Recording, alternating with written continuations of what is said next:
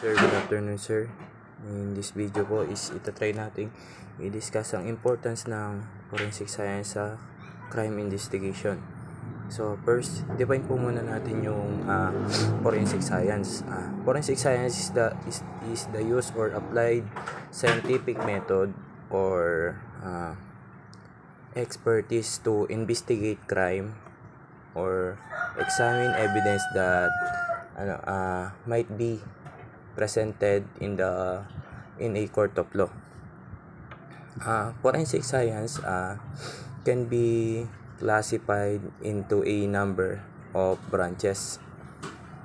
Forensic science have 8 branches, which is forensic anthropology, forensic pathology, forensic medicine, question document examination, forensic toxicology, forensic serology, DNA analysis, and forensic fingerprint. In forensic anthropology gather information from bones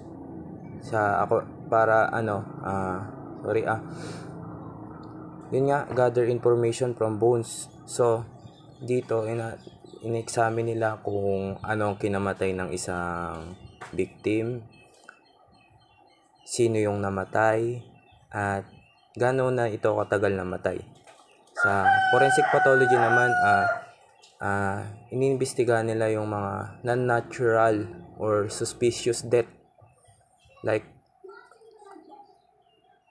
ginagawa nila dito yung, kunyari, may mga evidences pa na or patunay na hindi talaga yun yung kinamatay ng isang tao, kaya nag-perform sila ng autopsy para mas ma-identify nila kung ano ang kinamatay ng isang tao. Next, sa forensic medicine naman is applying medical science in criminal investigation to emphasize in medical legal. Ito yung parang kumbaga nagta-translate into yung mas madaling maintindihan sa medical legal, para madaling maintindihan ng isang tao yung siyempre may mga scientific basis pa yan, kaya yung ginagawa ng forensic medicine.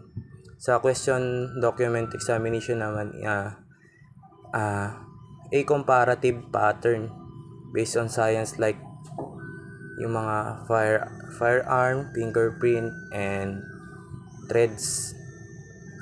In forensic toxicology naman, ito naman po yun na nag-gather nating topic nung last week. Forensic toxicology, ito yung analysis ng biological sample from the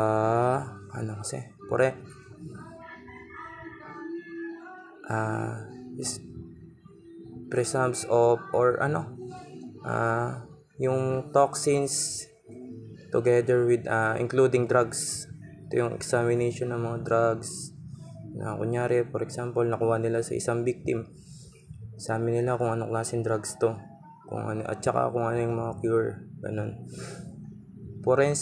Next is forensic serology, detection, identification, classification, and study of various bodily fluids like blood, semen, saliva, urine. Let's move to the DNA analysis.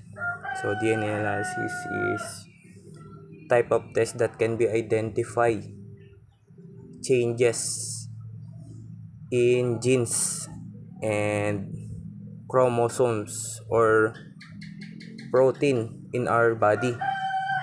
Like dito sa analysis na to is nangangailangan ng blood natin, skin, hair, tissue. Pag in-apply natin sa crime investigation yan, ito yung mga evidence na mga nangangailangan ng DNA samples to identify kung ano ba ito or anong klaseng dugo ito, saan galing, kung anong skin to, skin ba ng hayop, skin ng tao, buhok ba ng tao, buhok ng aso. Next is fingerprint. Syempre yung fingerprint, alam naman natin yan. Yung mga fingerprint, ito yung naiwan na, ito yung nagmamark sa isang sample, sa isang bagay na naiiwan yung pattern ng daliri mo, at magagamit ito sa criminal investigation or crime investigation. Sa mga definition at terms pa lang na ibinigay ko is malalaman na natin kung ano importance ng forensic science sa crime investigation. Move mo naman tayo sa yung importance talaga ng forensic science sa crime investigation. Ito is basa ko sa internet na forensic science is a practical tools to assist police or investigator in conducting investigation.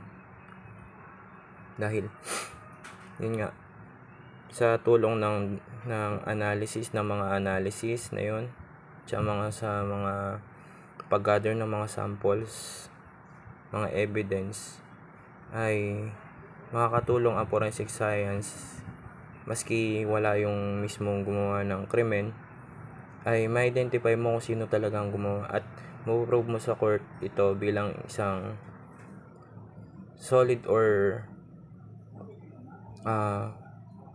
magiging evidence talaga na at ma-identify kung sino ang gumawa ng krimen na yun. Yun nga, no, sabi ko na makatulong talaga by using the evidence, dahil forensic science investigate at the criminal or crime location where detailed examine eventuates under the surveillance of professionals. They precisely distinguish record and location, tangible evidence, embracing fingerprint, blood stains, hair strand, clothing, firearms, and more. So, maski ma-identify nila kung ano yung type ng crime na ginawa ng isang tao, paano niya ito na-commit, maski isang evidence lang, or makita nila kung pinersa bang buksan ng isang pinto, kung saan siya unang pumasok, saan siya lumabas, at iba pa. Yun lang, sir.